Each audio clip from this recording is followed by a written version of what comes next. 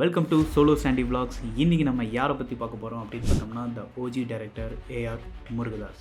So அவரோட மூவியில் இருக்கிற பெஸ்ட் வில்லன்ஸ் அவங்கள பற்றி தான் பார்க்க போகிறோம். பார்த்துடலாமா? பொதுவாக எல்லா மூவிலையும் பார்க்கும்போது வில்லன் அப்படிங்கிறவங்க நமக்கு பயம் காட்டுவாங்க, எல்லாமே ஓகேவாக இருக்கும். மர்டர் பண்ணுவாங்க, கொலை பண்ணுவாங்க, ஏதாவது ஒன்று கடத்துவாங்க, ஹீரோயினை கடத்துவாங்க, ஹீரோக்கு தொல்லை கொடுப்பாங்க, எல்லாமே ஓகே. பட் அவங்களெல்லாம் நமக்கு ஞாபகம் இருக்கா அப்படின்னு கேட்டால் அது doubt. When it's come to AR Murugadoss movie, not only AR Murugadoss, அவங்களோட வில்லன்ஸும் ஓஜி.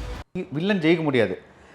அந்த ஒரு கண்டிஷனை வச்சுட்டு ஒரு நல்ல வில்லனை டிஃபைன் பண்ணுறது ரொம்பவே கஷ்டம். ஏஆர் முருகதாஸ் எந்த அளவுக்கு ஒரு ஹீரோக்கு இம்பார்ட்டன்ஸ் கொடுக்குறாரோ அதை விட பயங்கரமாக வில்லன்ஸ்க்கு கொடுப்பாரு. ஸோ அதோட வெளிப்பாடு தான் மக்கள்கிட்ட நிறையா பேர்த்துக்கிட்ட அந்த வில்லன்ஸ் போய் சேர்ந்தது. ஹாலிவுட் மூவியில் எப்படி எங்கள்கிட்ட ஜோக்கர் இருக்காரு, தேனோஸ் இருக்காங்க அப்படின்னு சொல்லிட்டு பயம் காட்டுற அளவுக்கு இந்த மாதிரி வில்லன் இருக்காங்கன்னு சொன்னாங்க அப்படின்னா நம்மக்கிட்ட Tamil movies have AR Murugadoss movies villain. கொடூரமாக கொலை பண்ணுற வில்லன்லேருந்து கார்ப்பரேட் லெவல் வில்லனுக்கு வரைக்கும் இறக்குனது யார் அப்படின்னு பார்த்தோம்னா ஏஆர் முருகதாஸ் தான். ஸோ அந்த வில்லன்ஸில் அவரோட பெஸ்ட் வில்லன்ஸ் எல்லாத்தையும் போட்டு இன்றைக்கி நம்ம பார்க்க போகிறோம். Welcome to solo Sandy vlogs. நான் உங்களுக்கு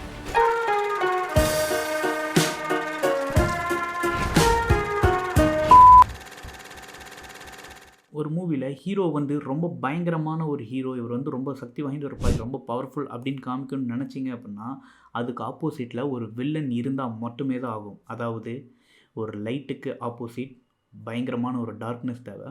அந்த டார்க்னஸோட வில்லனை லைனை நம்ம பார்க்க போகிறோம். 2001 மூவி எடுத்துகிட்டு இருக்காருன்னு தெரியும். அப்கமிங் மூவி மதராசி இருக்குன்னு தெரியும்.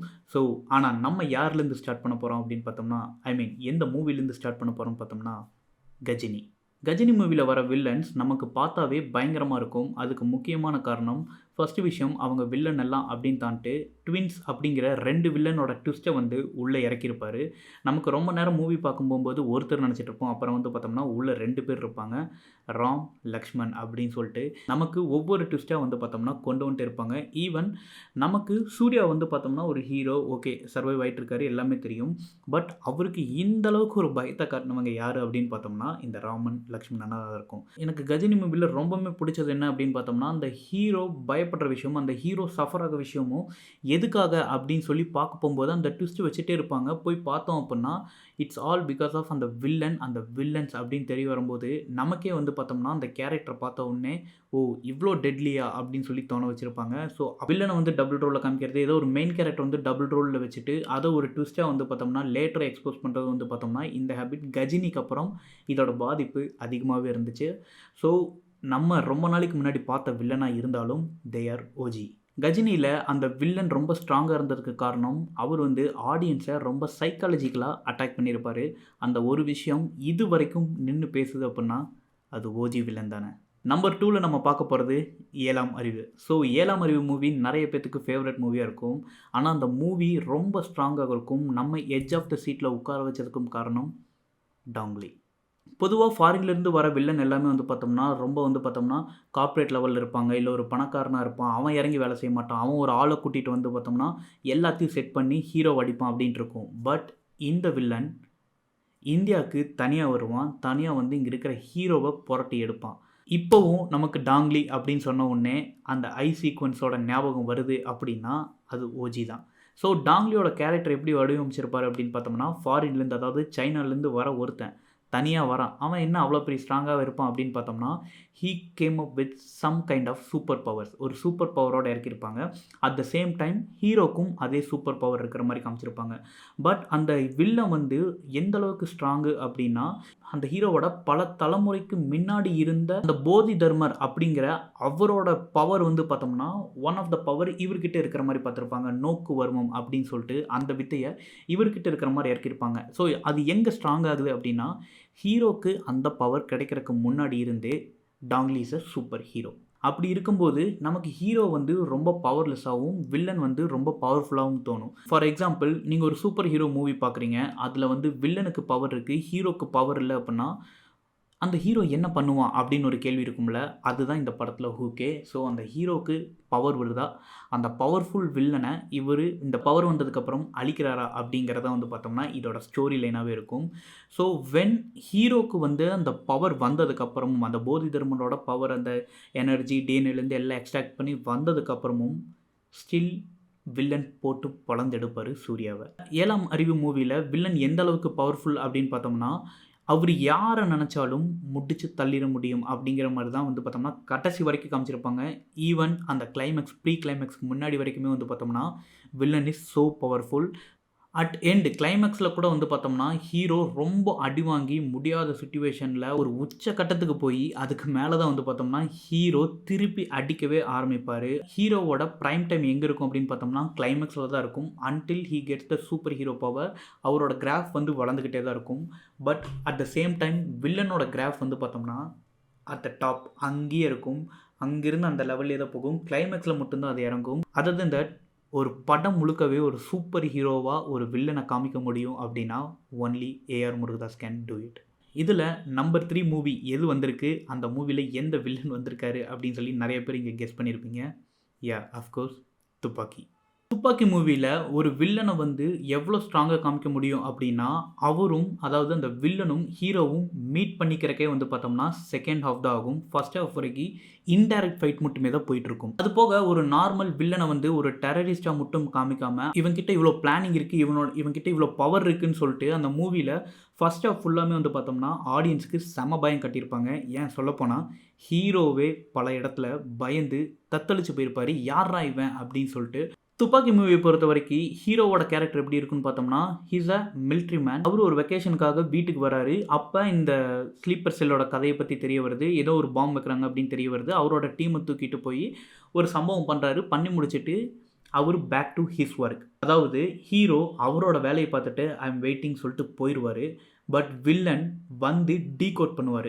இந்த துப்பாக்கி மூவி பொறுத்த வரைக்கும் ஹீரோ வில்லனை தேடி போக மாட்டார், வில்லனை தேடி வர வைப்பார். ஸோ இதில் என்னடா சுவாரஸ்யமாக இருக்குது அப்படின்னு பார்த்தோம்னா, the way the villain decodes who is the hero அப்படிங்கிறத பார்த்தோம்னா இதில் ரொம்ப சூப்பர்வான விஷயம். 2 பேரும் மீட் பண்ணியிருக்க மாட்டாங்க, but they are actually fighting. இந்த ரைட்டிங்கே சூப்பராக இருக்குல்ல.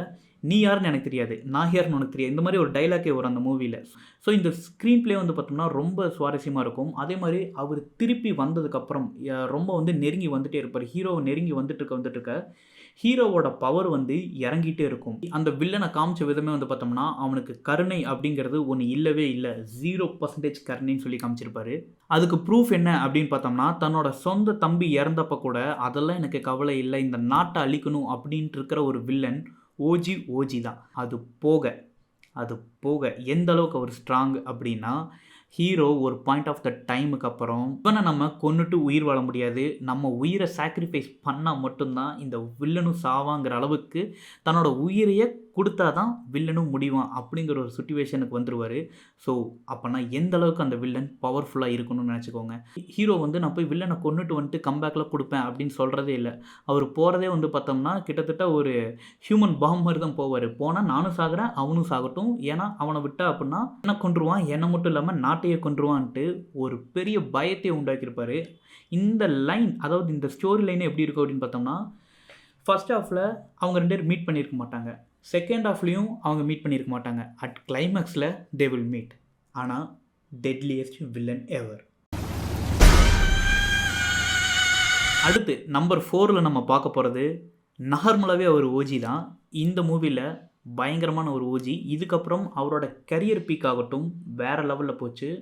நன் அதர் தென் எஸ்ஜே சூர்யா. கிட்டத்தட்ட அந்த மூவி பார்த்துட்டு நிறைய பேர் சொன்ன விஷயமே என்ன அப்படின்னு பார்த்தோம்னா, இது கிட்டத்தட்ட ஜோக்கர் கேரக்டர் மாதிரியே இருக்குன்னு சொன்னாங்க. ஸோ அந்தளவுக்கு டெட்லியஸ்டான ஒரு சைக்கோ கில்லர் அப்படின்னு யாருன்னு பார்த்தோம்னா சுடலை. கிட்டத்தட்ட நிறைய பேர் சொன்ன ரிவ்யூவும் நிறைய பேர்த்தோட ஒரு ஒப்பீனியனும் என்னவா இருந்துச்சு அப்படின்னு பார்த்தோம்னா, ஸ்பைடர் மூவி தோத்ததுக்கு காரணம் வில்லன் இல்லை, ஹீரோ அப்படின்னு சொன்னாங்க. பிகாஸ் ஹீரோவோட கேரக்டர் அந்தளவுக்கு ஸ்ட்ராங்காக இல்லை அப்படின்னு சொன்னாங்க. ஏன் அப்படின்னா, இந்த மூவியில் அந்த சுடலை அப்படிங்கிற கேரக்டர் எஸ்ஜே சூர்யா ப்ளே பண்ணியிருப்பார். நமக்கு பார்த்தாவே தெரியும் ஹீஸ் வெரி வெரி வெரி சைக் அப்படின்னு சொல்லி தெரியும். ஒரு சைக்கோ கில்லருக்கும் ஒரு நார்மலான ஒரு சராசரி வாழ்க்கையில் இருக்கிற ஒரு மனிதன் மாதிரி இருப்பார் ஹீரோ. ஸோ அந்த அளவுக்கு ஸ்ட்ராங்காக இல்லை அப்படிங்கிற ஒரே விஷயத்தில் தான் வந்து பார்த்தோம்னா ஸ்பைடர் மூவி தோத்துச்சு. பட் அதில் வந்த அந்த சுடலை அப்படிங்கிற அந்த வில்லன் ஓஜியாக மாறப்பட்டார். அவன் சின்ன வயசுலேருந்து எப்படி வில்லன் ஆகிறான்னு சொல்லிட்டு அந்த ஆர்க்கு கொடுத்த நாள் மட்டுமே இதை வந்து பார்த்தோன்னா ஹீரோவோட கேரக்டர் ரொம்ப லெஸ்ஸாக இருந்துச்சு. அதுவும் எல்லா மூவிலையும் பார்த்த வில்லன் மாதிரி இல்லாமல் இந்த மூவியில் சாவை பார்த்து சந்தோஷப்படுற ஒரு வில்லன். பொதுவாக எல்லா மூவிலையும் வில்லன் வந்து கொலை பண்ணுவாங்க, அடுத்தது அவனோட டெஸ்டினேஷனை நோக்கி போயிட்டே இருப்பாங்க, அவனுக்குன்னு ஒரு டெஸ்டினி இருக்கும் அப்படின்னு சொல்லலாம்.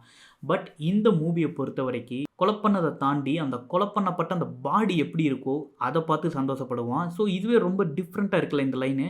அப்பேற்பட்ட ஓஜி வில்லனை இறக்குன மூவி தான் ஸ்பைடர். மூவி வந்து நம்ம ஃபெயிலியர் அப்படின்னு சொல்லலாம், பட் அந்த கேரக்டர் ஓஜி தான். அந்த மூவியில் எஸ்ஜே சூர்யா ப்ளே பண்ணனால மேபி அதுக்கு அடிஷ்னல் கலர்ஸ் கொடுத்துருக்கலாம், அடிஷ்னல் வேல்யூஸ் கொடுத்துருக்கலாம். பட் அதோட அந்த லைனிங், அவரோட ஸ்கிரிப்ட் ரைட்டிங் வந்து பார்த்தோம்னா சூப்பராக இருக்கும். அதுக்கு முக்கியமான எக்ஸாம்பிள் என்ன அப்படின்னு பார்த்தோம்னா, இப்போ நான் மென்ஷன் பண்ண வில்லன்ஸ் எல்லாமே நான் உங்களுக்கு வந்து பார்த்தோம்னா ஒரு ரிமைண்டர் மாதிரி நான் போடவே தேவையில்லை. நான் நேமையும் மூவியோட நேமும் சொன்னாவே உங்களுக்கு மொத்த மூவியும் ஒரு செகண்டில் ஓடி முடியும். அந்த பவர்ஃபுல்லான அந்த லைன்ஸ்லாம் ஓடி முடியும். ஏன் அப்படின்னு பார்த்தோம்னா because of the villains.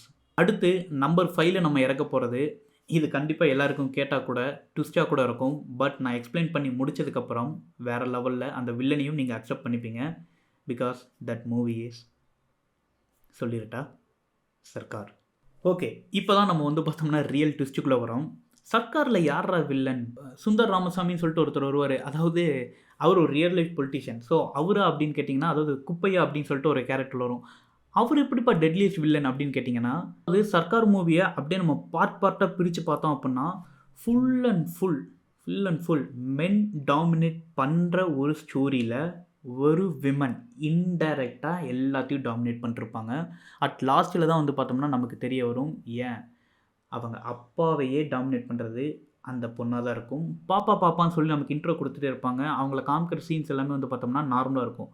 At climax கிட்ட போகும்போது அவங்களோட பிளானிங் எல்லாம் சொல்லுவாங்க. ஆஃப்டர் அவங்க அப்பா போனதுக்கப்புறம் அவங்களோட பிளானிங் எல்லாம் சொல்லும்போது புல்லரிக்க வச்சிரும். இன்டைரக்டாக மூவி முழுக்க ஒரு ஆன்டகனிஸ்ட்டை காமிச்சு கிளைமேக்ஸில் இவ தாண்டா மெயின் வில்லி அப்படின்னு காமிக்கிறது ஓஜி தானே.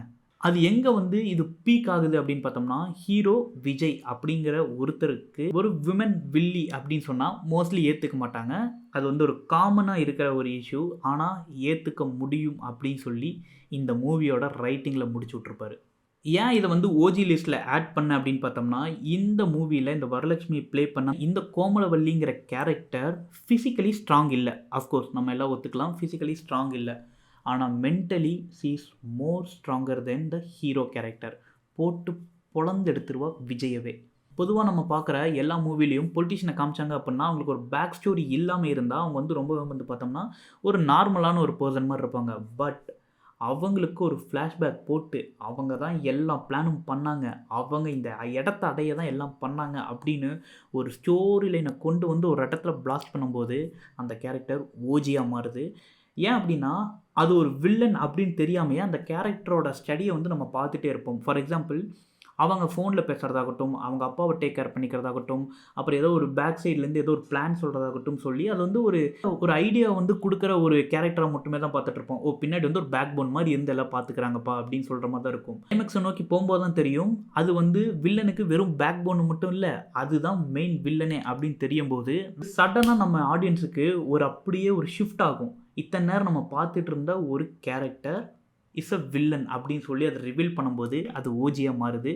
நிறைய பேர் இதை பேசப்படலினாலும் அந்த படத்தில் வரலட்சுமி ப்ளே பண்ண அந்த கோமலவல்லிங்கிற கேரக்டர் இட்ஸ் அ ஓஜி. இது போக இன்னொரு ரீசனும் இருக்குது. ஒரு மூவியில் அந்த டைமில் ரியல் லைஃப்பில் தமிழ்நாட்டில் நடந்த ஒரு இன்சிடெண்ட்டையும் துணிச்சு அந்த கேரக்டருக்குள்ளே கொண்டு வந்து இதெல்லாம் மேபி நடந்திருக்கலாம் அப்படின்னு சொல்லி மூவியில் காமிக்கிறதும் ஒரு ஓஜி தான். ஸோ அதை ஏஆர் முருகதாஸ் அந்த டைம்லேயே பண்ணியிருப்பார். அந்த ஃபயர் எரிஞ்சிட்டு இருந்துச்சு தமிழ்நாட்டில், அந்த மாதிரி ஒரு சம்பவங்கள் அதை அப்படியே மூவியில் ரெப்ளிகேட் பண்ணி சாதா வில்லி இல்லை பயங்கரமான வில்லின்னு காமிச்சிருப்பார்.